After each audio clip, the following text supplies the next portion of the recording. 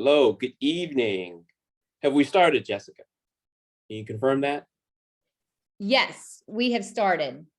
All right, awesome. Good evening and welcome to our March 14th General Body Meeting. We are always happy to connect with our community members virtually for the last 2 years now.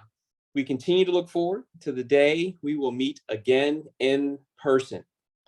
Tonight, we have one of our very own board members, Jasper St. But before we get to him, I have a few announcements and housekeeping notes. Last week, board member Laura Cabete and I were featured in the Daily Memphian Sidebar podcast with host Eric Barnes. We talked about LSP's work and LSP's podcast, The Red Record. We also got a chance to ask Eric our signature Red Record question: when did you first learn about lynching? And that's actually a question we're going to ask each of you. We're going to do a little poll later on, something new that we're doing. You can access that podcast by visiting the Daily Memphian. On March 28th, 2022, this is coming up, at 10 a.m., there will be the Ida B. Wells Street dedication along what is now 4th Street. And I think that is the section that's going to be done 4th Street near downtown, near the statue, from what I understand. When we have more information on this, we will post it on our website at lynchingsitesmem.org and of course on our social media and newsletter. I also believe that we have some members of the Ida B. Wells team attending this webinar, and to them I say welcome and thank you so much for attending. We are so very, very, very happy to have you. One quick non-LSP news, but related to Ida B. Wells. Last weekend, my wife and I were able to spend some time away from our toddlers and visit Nashville. Some of you know how great it is to just spend the time away from your kids, even though you love them very, very, very much. For those who do not know, there's a new distillery just outside Nashville. We toured the Uncle Nearest Distillery in Shelbyville, Tennessee. If you don't know the story of Uncle Nearest or Nearest Green, you should look it up. It's really heartwarming and amazing. Nearest Green was a slave who actually taught Jack Daniels how to make whiskey. Investor Fawn Weaver is her name, heard this story back in 2016, 2017 about Nearest Green and started a distillery in his honor with the help and work and the blessing of his descendants. I think his given name was Nathan Green. The very first part of the tour, and so this is a woman run and owned business. Her executive team, all women, her master distiller woman. The tour was conducted by mostly women. It was very empowering from that standpoint. The first part of the tour honors the work of the women's suffragist and temperance movement, as well as Ida B. Wells and what she meant to the suffragist movement. Her portrait hangs in the distillery as well as an honorary plank with a quote from her on it. If you're in the area, in Nashville or in Shelbyville, and if you have the time, please go visit and support. It was a wonderful, wonderful tour and a wonderful experience. And it's always great for history to be recognized. Some say missing history or, undiscovered history, but it's history that some of us know more than others, right? It's like saying someone discovered America when there were already people there, right? We're not discovering history. That implies that no one knew it before. People know this. We know this. And a part of our job at LSP is to get more of this history out there with respect to Ida B. Wells' work, for instance, but also for those victims of racial violence killings here in Shelby County, Tennessee. Jasper St. is our guest for tonight's conversation. Tonight's talk will be more of a conversation between Jasper, following a few remarks by Jasper at the top. If you have any questions, please place them in the Q&A, and we will get to them during the talk or during the Q&A. For whatever reason, we didn't set up the chat function in this webinar, but we do have the Q&A. So if you feel compelled to put something in where you would typically put it in the chat, go ahead and put it in the Q&A. And now we will turn to Jasper. Jasper, welcome. Can you hear me? Yes. Good evening. All right, awesome. Really quickly, Jasper is a native Philadelphian. He has his bachelor's degree in philosophy and interpersonal organizational communication. I think that's 2 degrees, right? Mm-hmm. Right. He moved to Memphis in 2017, seeking a master's degree in philosophy. And after a year, he moved into the doctoral program at University of Memphis, who are in the NCAA March Madness for the first time in a number of years. I have to say that. Yeah. He is currently focusing his work on Ida B. Wells-Barnett and her anti-lynching campaign. Again, good evening, Jasper. Thank you for joining us. You have titled tonight's talk, Living. Before we get there, sorry to tease everyone. No, we have a quick poll question. Jessica, are you ready? We're going to do the first poll. Yes. And it is, where was Ida B. Wells born? I think the choices will be Tennessee, Arkansas, Mississippi. All right. So I've launched it. This is a first time. Hopefully it will come up. It's working. We have some answers going on, so that's good. So we have about. No, it's interesting. 30 and seconds. of course we it's kind of disappointing. I can't participate in the poll. I guess it would be fair since I know the answer. Yeah. And Jasper, you'll be able to tell us what the answer is. We'll give it just another few seconds. I have 72% that have participated. So we'll give them about, looks like we're getting a couple more. It's interesting. All right, I think we'll end it at 40 seconds, okay? Sounds good. We're at 42, so let's call it. All right, so we have 0% have guessed Tennessee. 13% have guessed Arkansas, and an overwhelming 88% have guessed Mississippi. I'm going to share results. And I don't know if everyone can see that or not, but awesome. There it is. So Jasper, what was the right answer? The correct answer is Mississippi. She was born in Mississippi. So we have a very knowledgeable crowd. Yes. Maybe it was too easy a question. I know. Well, we have a couple of more questions. Okay. Right. So, right. We might have to push them a little bit. All right.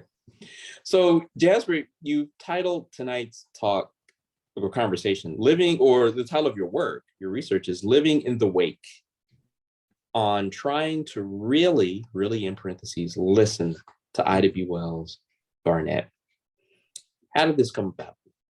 So I moved here, as you said, to get into the grad program for philosophy. That's what I'm studying here at the University of Memphis. I'm in the dissertating part of the program. And when I first moved here, I didn't really know who Ida B. Wells was or much about her.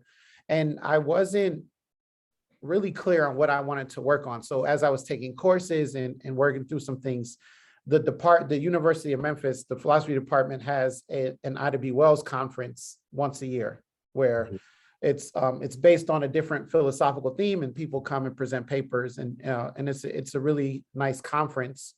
So I took a class with Dr. Lindsay Stewart, and I read Lynch Law in America. And I had never, I've heard writers talk about, that first piece of writing that you read, where you think about where it's kind of like a revelation, like you didn't realize people could write like this or were allowed to write like this. And so Ida B. Wells was one of those writers, like what the work that she does in Lynch Law in America, it captivated me. So then I started to look into her. And as I was narrowing down my specialty in philosophy, so I work on African-American philosophy. I do social political philosophy, primarily African-American philosophy in the 1800s into the 1900s. That's my primary focus. And so as I was trying to work through what I would write on my dissertation, I bumped into Ida B. Wells fortuitously, and then I started to read her, and then, I had to do my dissertation on her. And so that's kind of what got me working on her. The title for this conversation that we're going to have, I'm borrowing from a book by a woman whose name is Christina Sharp, In the Wake. And so that word wake has many definitions. And one of the ones that she uses is, when a ship is in the water, like what the water is doing after the ship leaves, like that's the wake. And so I believe we live in the wake of much of Ida B. Wells' thought. Like there's a lot of forecasting and a lot of perception about like what the future might hold. And I think we live in that time where we're beginning to see or can really evaluate how much Ida B. Wells was onto something. So that's primarily the project, is to revisit some of the conversations she had. She was such an pivotal figure in the late 1800s, early 1900s. And we often talk, when you're in the circles that I'm in, you hear a lot about W.E.B. Du Bois, and you hear about Booker T. Washington, and different figures, T. Thomas Fortune and people like that. And I just want to revisit Ida B. Wells and her conversation with them, Frederick Douglass, because I think she informed a lot of their thinking in important ways. And there was a lot of pushback from some of them. And I think she is just such a pivotal figure if you're going to understand a lot of the philosophical discussion that's going on amongst African-American thinkers during that period. And before we get back to Ida B. Wells and placing her in history, when is the Ida B. Wells conference typically at the University of Memphis? Time of year? Yeah, so it's usually in the spring semester. It's coming up here in April. I should know. I'm on the committee. I will glance while we're talking. I'll find the date, and if you remind me at the end, I'll say the date, because it's open to the public. Anyone could come and listen to the papers that are presented. So you talked about Ida B. Wells being really contemporaries with some of these well-known, historical thinkers and really at the time. When was this? This was like what, late 1800s, early 1900s, right? Right. So the lynching that got her attention and pushed her to really start to investigate lynchings happened in 1892. And then she dies in 1930. So she was 1930, 31. So she was around, for and was an active participant in like the forming of the NAACP and different. So her main work was probably the late 1800s into the 1920s before her influence starts to taper off some.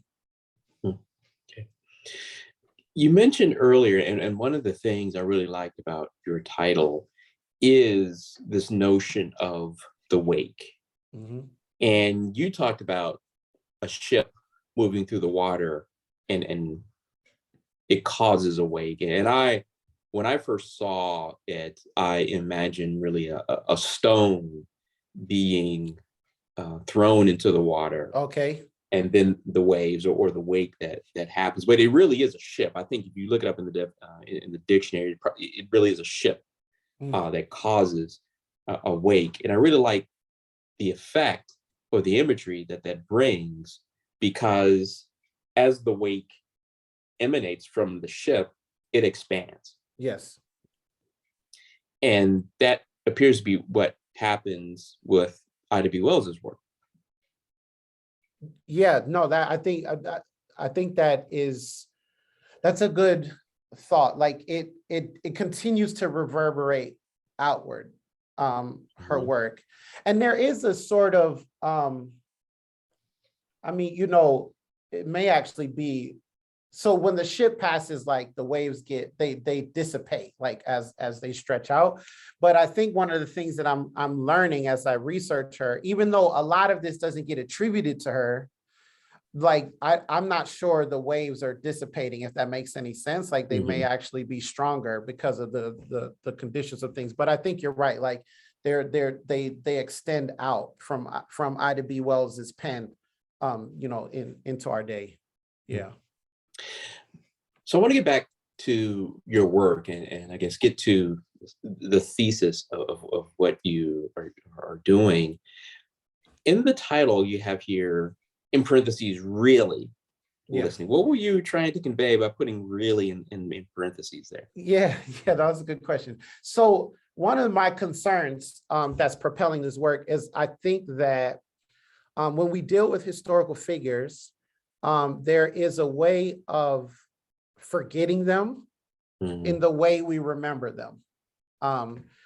Sometimes one of the worst things that can happen is the memorializing of a figure, a building of a statue or some sort, because often that memorial takes the place as like genuinely remembering them. And so what I'm getting at is that I think to really remember Ida B. Wells is to take her work serious, her words serious. And I think sometimes, there's a concern in the project that she that she can be forgotten if we spend too much time on, you know, her story, the historical, the teacher, even the focus on her as a journalist, but not really listening to the journalism that she was writing and what she was writing to. There's a way of forgetting her. And I don't want to step on your questions, but like this was a concern. This was a concern that she had herself of being forgotten. And before you get to that, because I really like the story you have about that. In what ways are we doing that to her? Yeah, no, that's so I want to step on, I want to be careful and I want to step on toes. So I think that sometimes, okay, so we just had the Ida B. Wells statue erected in Memphis, and that was a big deal because there aren't many memorials like that one across the country that are built on behalf of remembering these figures.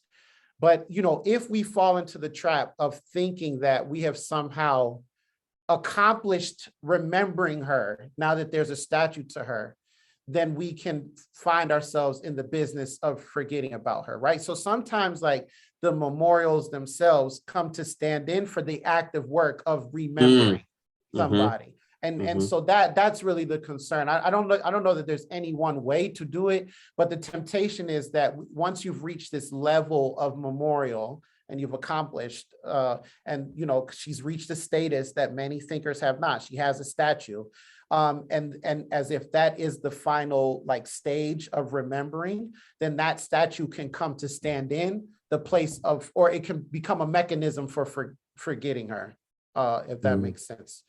And so that's just, I'm trying to be like aware of that in my work and just try to push for a more like dynamic and like ongoing remembering of Ida B. Wells, because I think her words are so critical in what her thoughts and her formulations that I would hate to see her forgotten in the name of memorial. Well, speaking of forgetting, well, before you forget, you have to learn or hear about her. And Jessica, are you there? I think we might be ready for the next poll question. Okay, here it comes. Okay. Is when did you first learn about Ida B. Wells?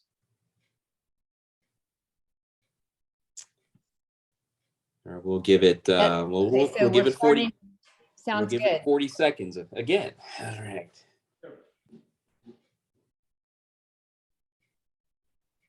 We have about 45% that have participated. So oh, I see 60% now. Awesome.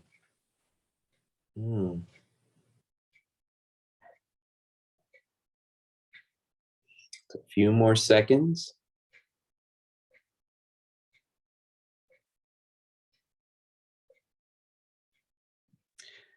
all right. Okay, let's go ahead and call it. So One just came in. Okay. So I don't know if y'all can see this. I'm going to end it and share Okay, results with everybody. I don't know can you see? I see it. All right, good. There we go. Yeah, I see it. So we have most heard of her, 38% after college, Wow. and 13% before high school, 25% and 25%. 25% post high school, 25% college. Well, I guess I guess we meant pre-high school and high school. I guess is really what we meant. Yeah. And then college. So sorry about that. This was a new feature that we're doing. Yeah. So please bear with us. I know for myself, I heard of Ida B. Wells in grade school. Okay. Because I remember, they have these images of, the little heads of historical figures that you see during February, and Ida B. Wells was one of them. Mm. And the name that was attached to her was journalist.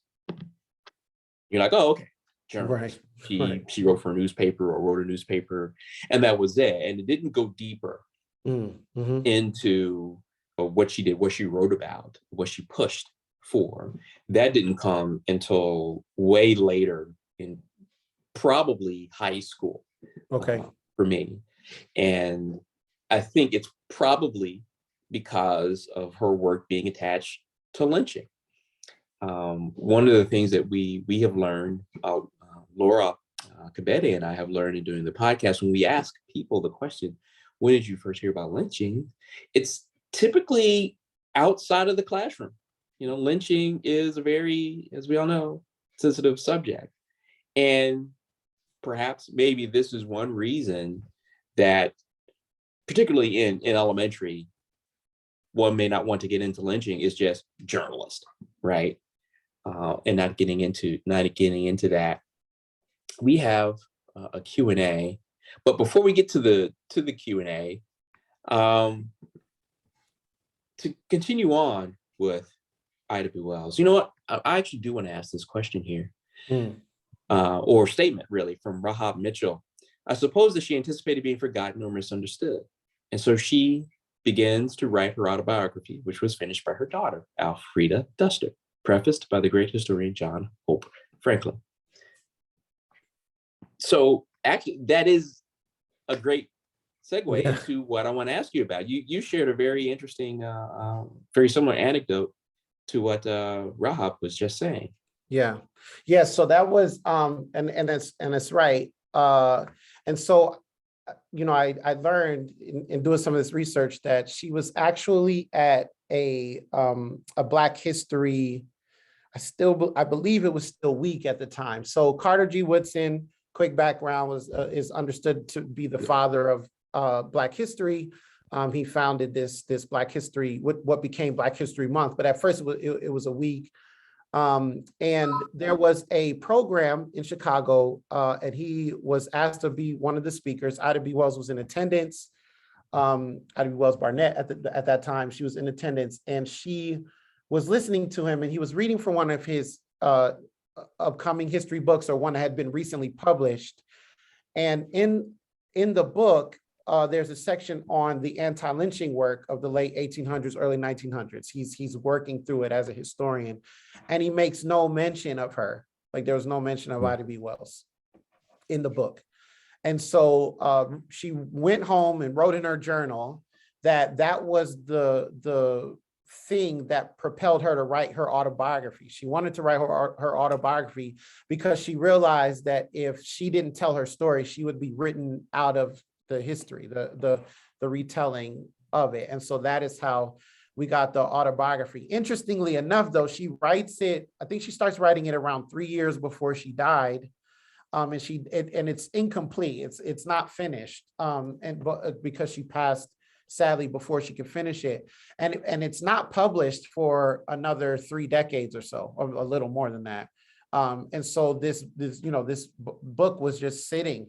This unfinished, important book was just sitting. And then finally her daughter got it published. but that was, in the 70s when she finally got it published. And so during, the reason I brought that up is because Ida B. Wells's concern was kind of confirmed, because in that window between when she died and when it was published, there were a lot of, like the NAACP had taken up a lot of her methods of against the lynchings in America. But there was very minimal, if any, credit given to her. And so she was slowly being erased out of history. And her autobiography, was a critical part of like stemming that, what was happening.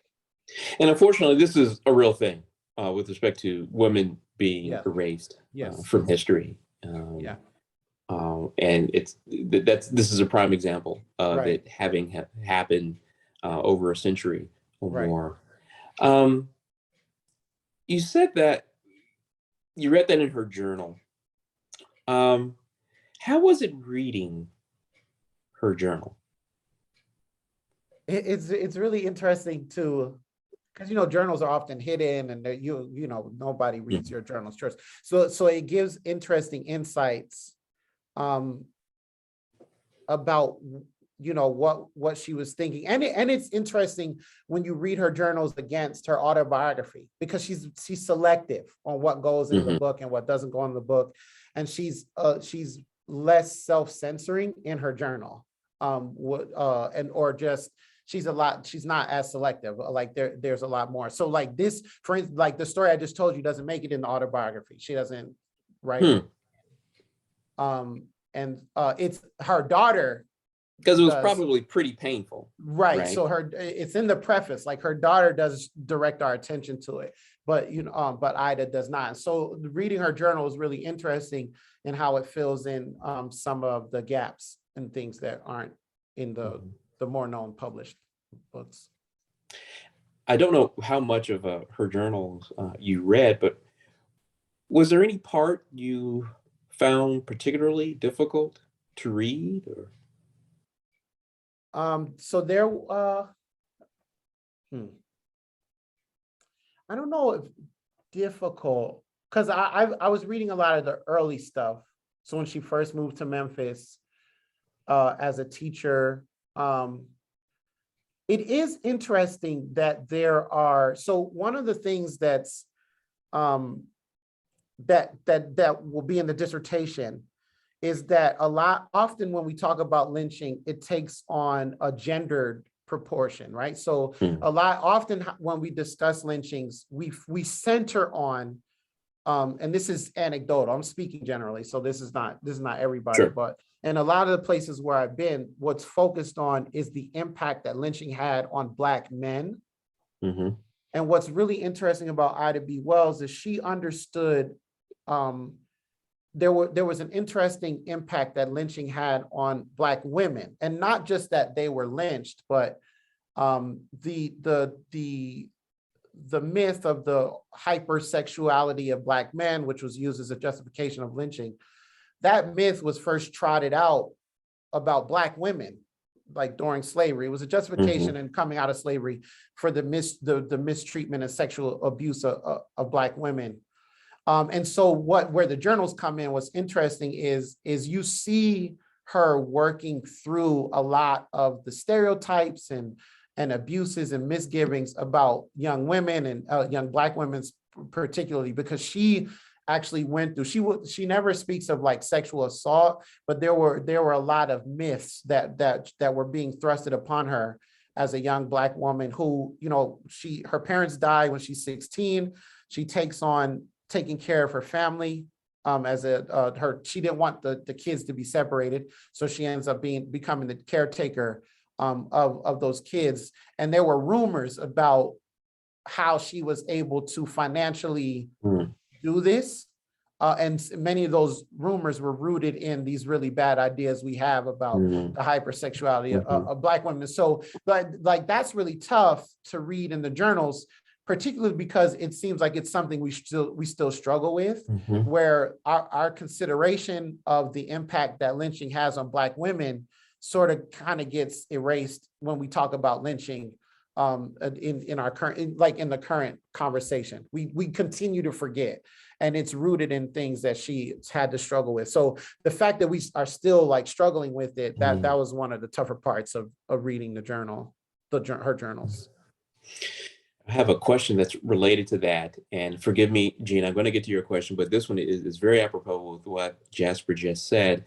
Damaris Denovi, I hope I'm pronouncing that last name correctly. In addition to the annual conference, could the U of M establish an Ida B. Wells reading room with a curator and outreach programs to make her writings more widely available? Now, I know, Jasper, you are not a dean of a college Yeah, I don't just have yet, that.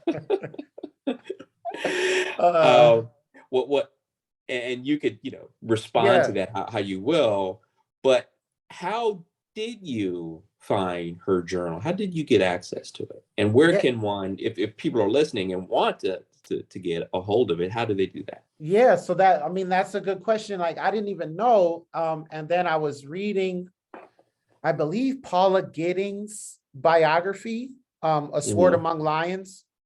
Mhm. I want to say it was either that or Mia Bay's biography, but it was in one of the biographies, and I was looking through the footnotes and I saw the reference. And fortunately, I go to a university, and so I looked up in the library, and we actually have a copy of a compilation of that early. So the Diary of Ida B. Wells is the title, I believe, and so that's So kind of how I bumped into it.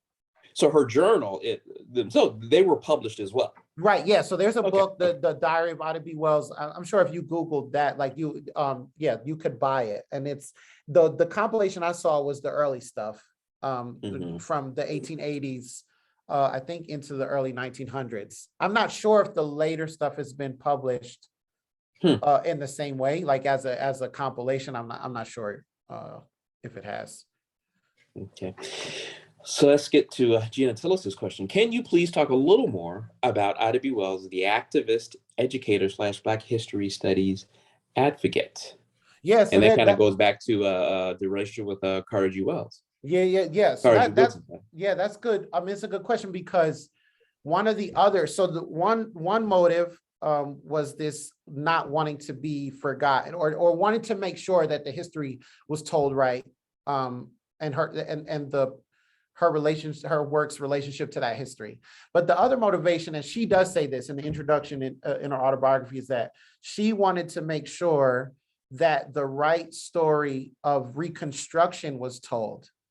And she hones in on Reconstruction. And I think there are important reasons for that. Often when Black history is relayed, slavery gets a lot of uptake, and the civil rights movement gets a lot of uptake, but few people like dig into Reconstruction, this window right post-slavery, but right before Jim Crow, where there was a lot of political activity amongst Black people, a lot of economic activity that kind of got shut down in the South. And so one of the reasons Ida wanted that to be conveyed to young people, she says, is because she felt like it empowered them.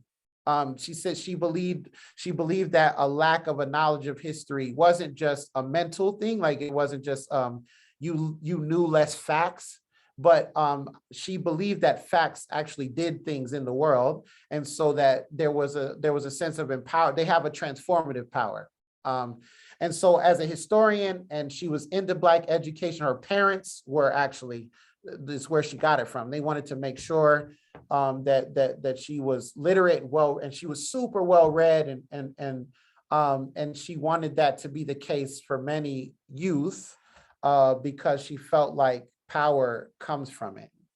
And that was also the secondary motivation for her writing that autobiography. So she sneakily, I mean, what I love about it is that she sort of builds in this idea that her work was critical to Reconstruction. Like that's an implied argument there.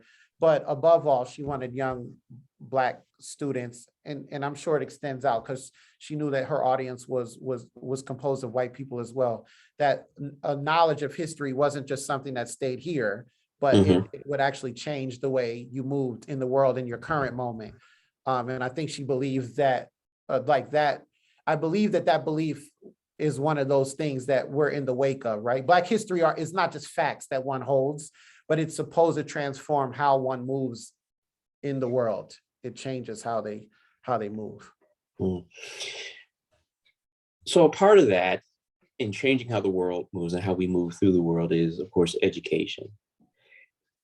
If you could wave a magic wand and you were in charge of writing a school curriculum for Ida B. Wells, let's just say high school, what are the top 2 or 3 things you would want students to learn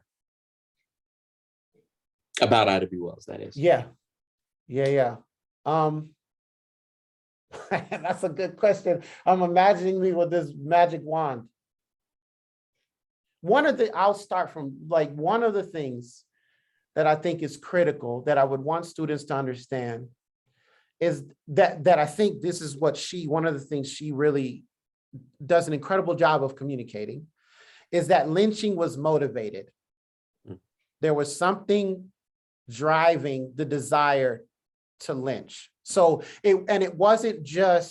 Lynching wasn't just something that was done by a group of people who hated an individual and they lynched them and then moved on, but that it was actually a tool in a greater machinery. So one of the things that she is really good at explaining is that lynching was an attempt or it was a tool of social coercion or control. That was the attempt. And that it was trying to communicate that Black people, that there was a discomfort by the lynchers, by the lynch mob, with Black people stepping out of what was deemed their natural position, right? So the lynching that got her attention was the lynching of Tommy Moss, McDowell, and Stewart here in Memphis in 1892, who were 3 Black men, right, the People's Grocery. And so the reason for that lynching, while it looked like it was just, it stemmed from a disagreement between William Barrett and these 3 leaders of the People's Grocery, there was something more fundamental to it. And it was about economic control and economic freedom, and that's what they were doing through the People's Grocery. And that is the thing that troubled those white Memphians and what propelled them to lynch the 3. She makes a very interesting remark in the autobiography that when of all the people that could have been lynched and they in that moment, they picked those 3 individuals specifically. And so the allegation a really quick backstory is that Barrett ended up basically running into the People's Grocery with some plainclothes sheriff deputies. These Black men, after consulting their lawyer, they had people watching and they were shooting at what they thought were people attempting to rob or destroy the store. It was self-defense. And then after, so they hit a couple of them. They were taken to the hospital, and then the papers, and suddenly their relationship to law enforcement was played up in the newspaper. And what the story that was told was that these Black men were shooting at police officers. Well, that's not the story, right? And so a lot of the myth that went into riling the people up, what was underneath that was that these individuals started a successful grocery in this Black neighborhood that was stealing business from this white grocer. And so when they wanted to punish those who were shooting at the cops, they grabbed these 3 men who were not shooting, they weren't even the ones. So they grabbed the 3 business owners. And so what Ida B. Wells is teaching, and this is what I would want.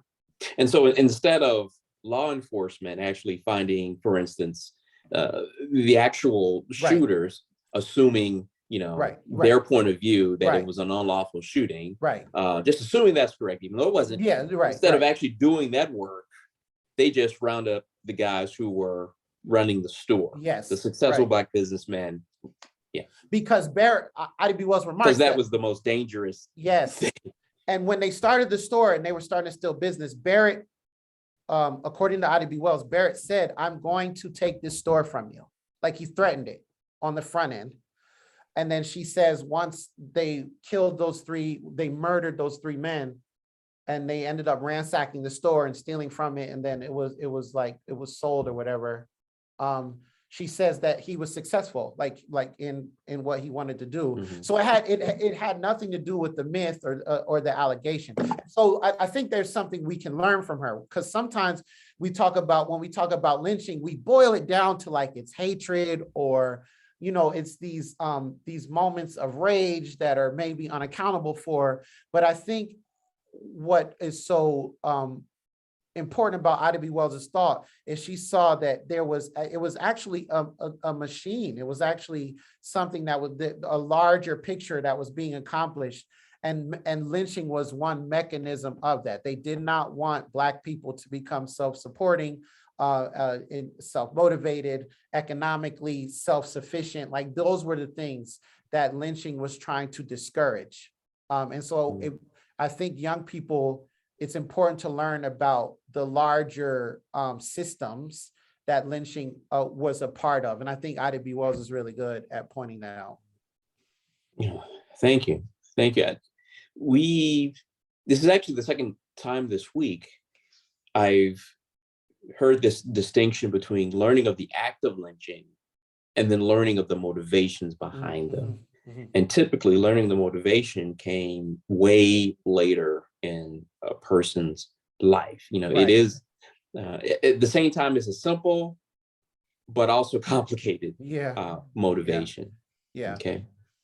And I think I would just add to that. I think, and she helps me think through this. I think we're talking about remembering and forgetting. When we focus on the acts of lynching and the visceral aspects of it, right? It's played up about what was done.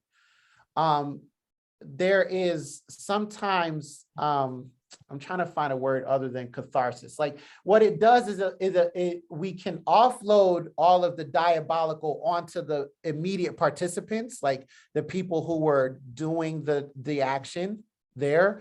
And what that does is it encourages us or tempts us not to look at the larger picture. So that distinction you made is really important, the motivation and the action. And I think if you play up the action too much, now there is conversation for the action, I'm not trying to dismiss that, but if you overplay the action, then you can sort of cover over what was really going on, which is what, when Ida B. Wells talks about shining a light of truth on lynching, she wasn't just talking about the action, but what she was talking about was the undercurrent, the thing that was driving the lynchings and what was making them happen.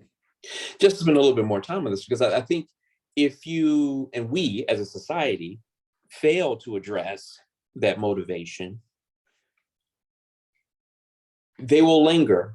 And even though a lynching as it happened then may not occur now, there will be other acts of violence that will manifest itself because the motivation is still there. Right. Seeing a Black person run in a mostly white neighborhood, this Black body does not belong in this space. Right. So violence occurs. Yeah. In another vein, in one of our podcast episodes, we talked with a University of Virginia professor about lynchings that occurred to Asian Americans out west. And when it happened to them, the majority community there did not want them to be in that space at all. Yeah. Because, they took jobs. Okay. And we don't want them here at all. Mm-hmm.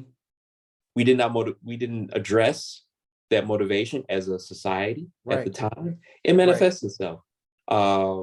Internment camps during World War II.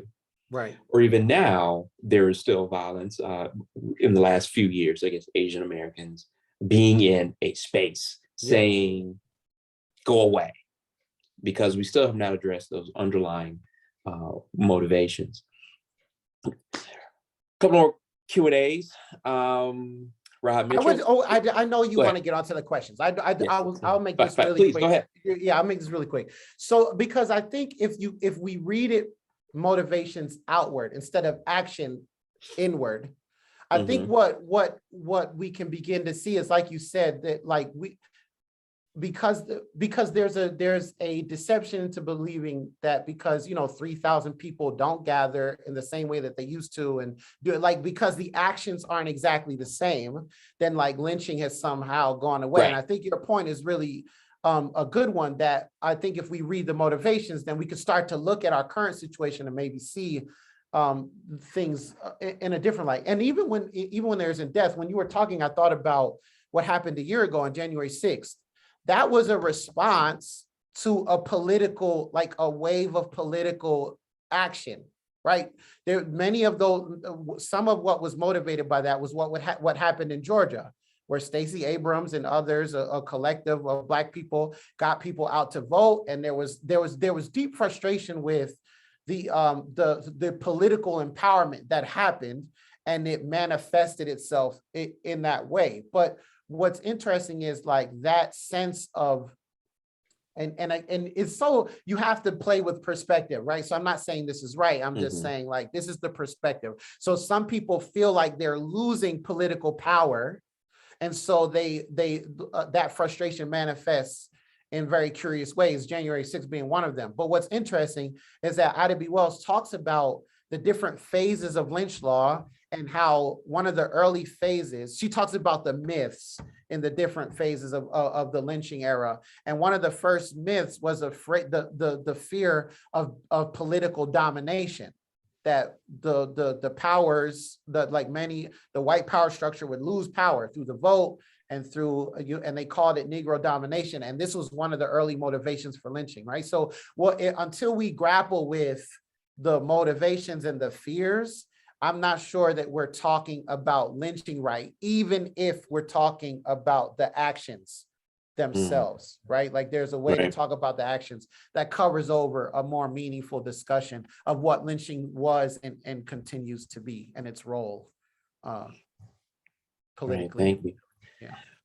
All right, we are at 5:49. We got two more questions, and we want to get to the last poll. Okay. So, Rahab Mitchell. So essentially, capitalism as a system was not something which Blacks could practice during that period.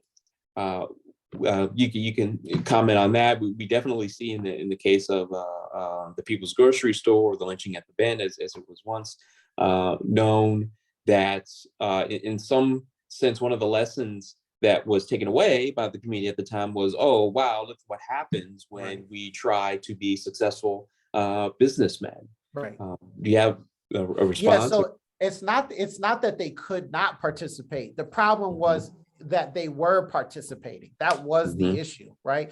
So and it wasn't just it wasn't the People's Grocery alone. That was an important moment.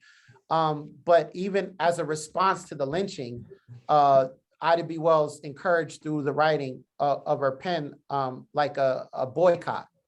And a boycott of the train that was running around Memphis at the time, the electric streetcar. And one of the things she remarks is that Black people, there were certain kinds of economic participation. There was a lot of purchasing power, and there was a lot of other things. She said, she just remarked that often it was the stepping out, the ownership, the entrepreneurship that did make people nervous, but it was happening. I don't want to communicate that Black people weren't, and that the People's Grocery was somehow the first attempt at it, because that if I don't want to communicate that. It's just that it was costly to participate, because at any time when they decided that they didn't want you to participate in anymore, there were often ways of discouraging that participation. All right, one more question in the queue, and I do want to thank Rahab, Gina, and Damaris for their questions, as well as Eldra Jennings Perry with this last question. Can you discuss implications of the current anti-lynching bill passed by Congress? Have you read it, or I haven't had a chance. I haven't had a chance to read it. I know it's being touted as a big deal because it's the first federal attempt to address lynching. I worry, and I hate that this is my answer to your question. I worry that our discussion, because I hear like whispers of it, that our discussion will devolve into getting into the weeds of like what exactly a lynching is. Like it has to be a certain amount of people, or it has to be, because these like policies often like have to be written in a way where like, you know, we get so bogged down in the definition that we sort of lose the spirit of one. That, so that's one concern. That's one implication. I hope we don't fall into that trap of of getting overwhelmed with like the details of what it takes to be a lynching. And the other implication is like, I hope that we don't treat it as a sign that we've somehow prematurely advanced past what you earlier mentioned about like the spirit and the motivations. I hope that we don't treat this bill as a sign that we've made it, or we've arrived, or, you know, we've progressed in ways that we may not have. Right. Similar, I have not read the bill in detail, but I do think, of course, it was a long time coming. Right. Should have been done. The first bill, anti-lynching bill, was proposed about 100 or over 100 years ago. Yeah. And they all met deaths in Congress. I also think that it is a great piece of work for Representative Bobby Rush as he retires from his very, very long career in Congress. Actually, a couple more questions. One is a request for a poll, but I'm sorry, Mike. We already have our last poll question picked out. I'm so sorry. But he does want to quiz people on what Ida B. Wells's birthplace was in Mississippi. Jasper, if you know it, you can go ahead and educate us. I mean, Mike's going to correct. It's Holly Springs, Mississippi. Okay. Yeah. And I'm sure Mike will correct you in the Q&A. If it's not, if it was some like outside of Holly Springs, I hope I got that right, Mike. Yeah, Steve Strain. Thank you, Steve. Hey, you get to hear okay, read all from right, you, yeah, Holly yeah. Springs. So, okay. From an anonymous attendee, if economics was the driver then, and this will have to be our last, we have to get to the last poll question. If economics was a driver, then what lesson can be taken and applied in Memphis today? And I guess the first clause there, if economics was the driver, and I'm guessing we're not really saying economics was the driver. There were other things in place, right, against, you know, African Americans' place in society. Yes, as a whole. Yeah. So economics was a just part. one facet of it. Right. Yeah. Economics was a part of it. How she terms it in her early stuff is she calls it self-help. That's what she calls it. And so my reading of it is it's just what's the word? It's like self-governance, it's self-stability, it's being able to, it's having like the power over one's life as a community. And economics was a part, an element in that, but there was a political element, there was an educational element. It wasn't just economics. But what that means, I think what that means, I mean, to get to the heart of the question, what that means for Memphis today is that we have to make, I think if Memphis was living up to the challenge Ida B. Wells presented to it, it would be making sure that all communities had the capacity for to be self-sustained, like that they would have what they needed and to be able to take care of themselves and would not be punished for any like attempt to advance, whether along any of those lines that we mentioned. Yeah. All right. So Jessica, I see that you're typing a response to Sam Harvey's question, but we do need you to turn our attention to our last poll question. Sam says this is a great webinar. Is there a calendar for more updates and more dates? Jessica is probably writing an answer right now to that, but we do have a newsletter that you can sign up for by visiting lynchingsitesmem.org. You can sign up for our newsletter there. We are on Twitter. You can follow us there. And we also have a Facebook page. You can follow us there as well. You can sign up for that. And of course, we will let out the requisite notices when we have something and for these dates. Sam Harvey has the last question. And then Jessica, we're going to get right to the poll. Is the Ida B. Wells Conference happening this year, Jasper? Yes. And I found the date. Thank you for the reminder. It's April 22nd and 23rd of this year. Barring any major catastrophe, it's going to be in person here at the campus, on the University of Memphis campus in the philosophy department. You can email Jessica. She can reach out. If you need locations, or I can give you the announcements. We can We're going to include exactly it in where it's our. going to We be. can include that in our newsletter. When Okay. it comes All up right. in- Yeah. in, social media So- posts. So the end of April. That's the date. The April 22nd and 23rd. All right, Jessica, you ready for the last poll question? All right, here it comes. All right. When did you first hear about lynching? Grade school, middle or high school, college, post-college?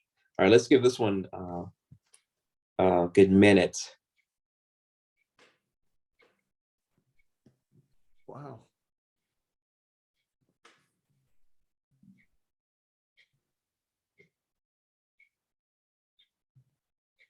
Oh, so cool to watch the lines. Yeah, I fluctuate. would. It's interesting how it disrupts what you thought. What for me, what I thought the answer would have been.